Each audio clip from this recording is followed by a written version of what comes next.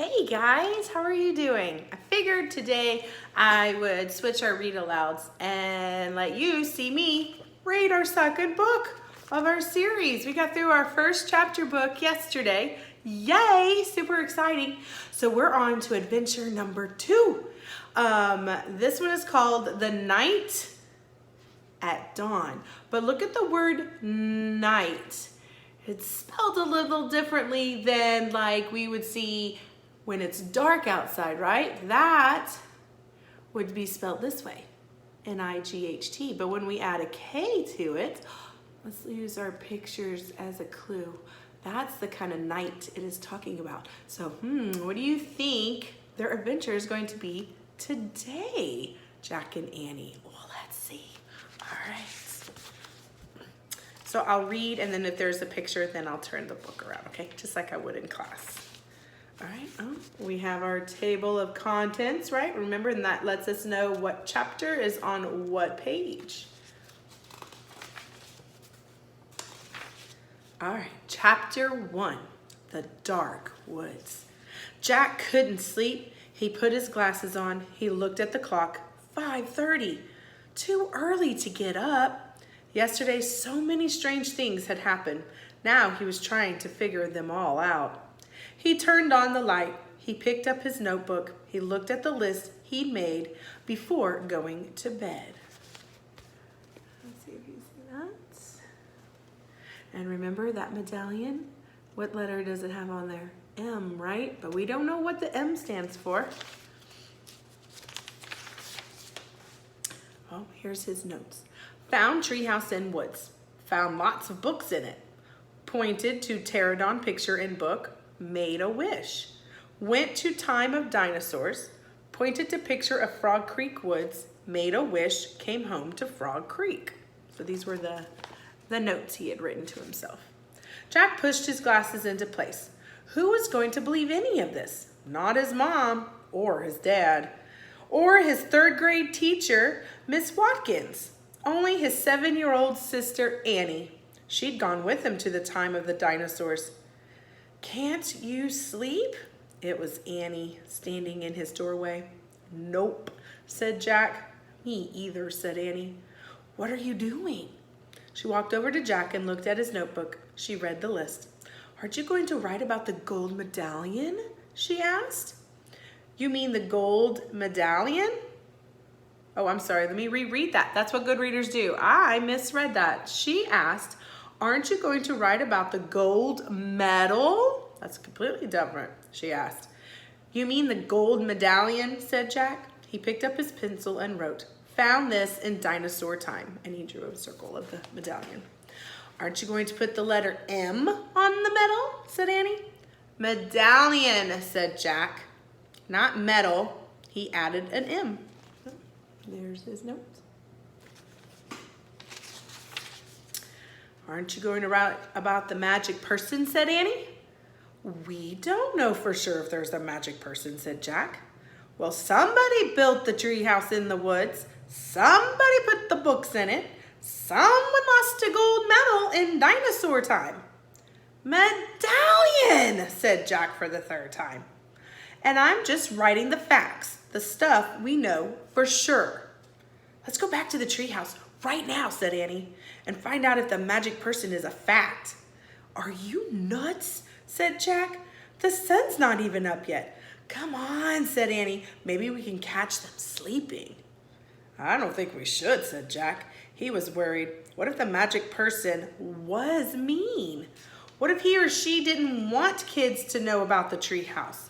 Well, I'm going, said Annie. Jack looked out his window at the dark gray sky. It was almost dawn. He sighed. Okay, let's get dressed. I'll meet you at the back door. Be quiet. Yeah, whispered Annie. She tiptoed away as quietly as a mouse. Jack put on jeans, a warm sweatshirt, and sneakers. He tossed his notebook and pencil in his backpack. He crept downstairs. Annie was waiting by the back door. She shined a flashlight in Jack's face. Ta-da! A magic wand, she said. Shh! Don't wake Mom and Dad, whispered Jack. And turn that flashlight off. We don't want anyone to see us. Annie nodded and turned it off. Then she clipped it onto her belt. They slipped out the door into the cool early morning air. Crickets were chirping. The dog next door barked. "Quiet, Henry," whispered Annie. Henry stopped barking. Animals always seemed to do what Annie said. "Let's run," said Jack. They dashed across the dark, wet lawn and didn't stop until they reached the woods. "We need the flashlight now," said Jack. Annie took it off her belt and switched it on. Step by step, she and Jack walked between the trees. Jack held his breath. The dark woods were really scary. "Gotcha," said Annie, shining the flashlight in Jack's face. Jack jumped back, then he frowned. "Cut it out," he said. "I scared you," said Annie. Jack glared at her. "Stop pretending," he whispered. "This is serious." Okay. Annie shined her flashlight over the tops of the trees. "Now what are you going to do?" said Jack. "Looking for the treehouse." The light stopped moving. There it was, the mysterious treehouse. At the top of the tallest tree in the woods, Annie shined her light at the treehouse and then down the tall ladder, all the way to the ground. "I'm going up," she said. She gripped the flashlight and began to climb. "Wait," Jack called. What if someone was in the treehouse? "Annie, come back!" But she was gone. The light disappeared. Jack was alone in the dark. See if you can see that. There she is. Would you want to be left alone in the dark, or would you go up? I'd go up the ladder too.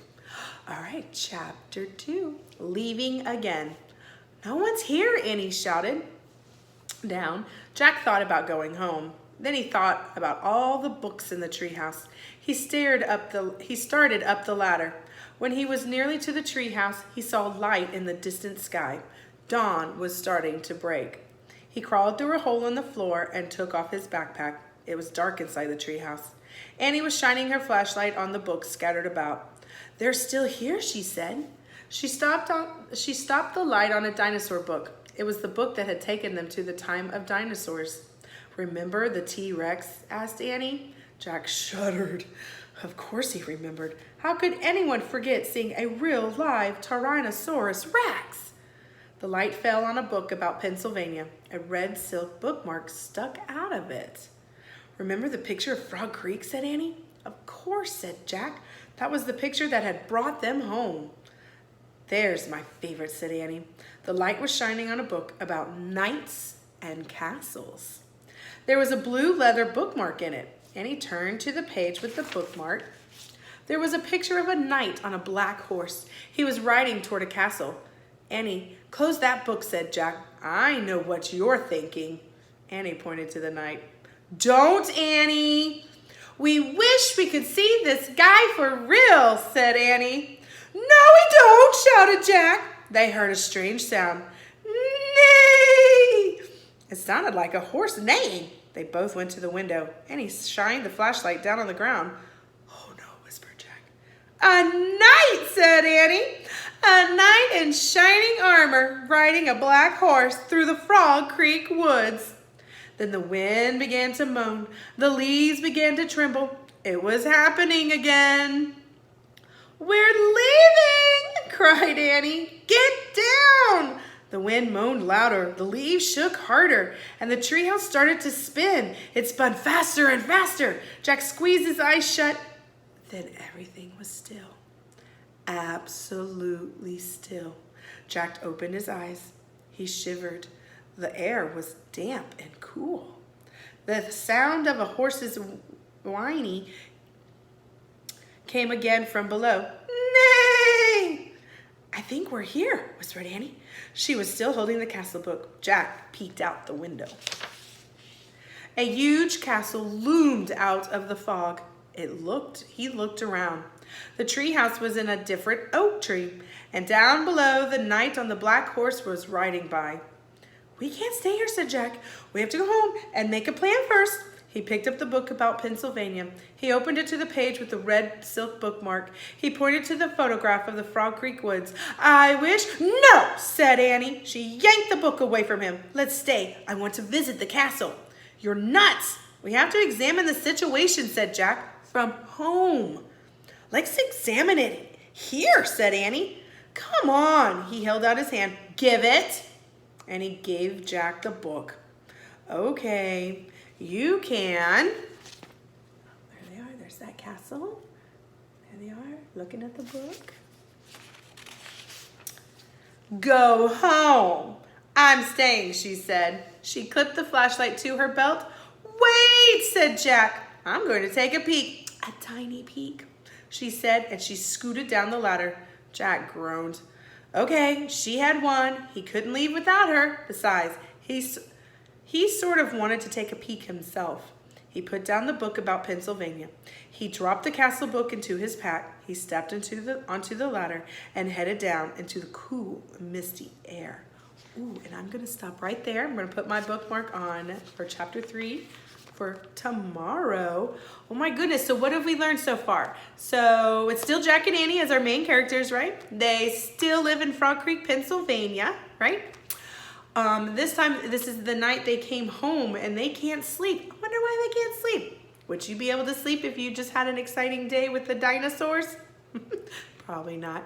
So they decide to go ahead and before anybody was awake, go down to that treehouse, right? And check it out again. And this time, they're visiting what it seems like a castle.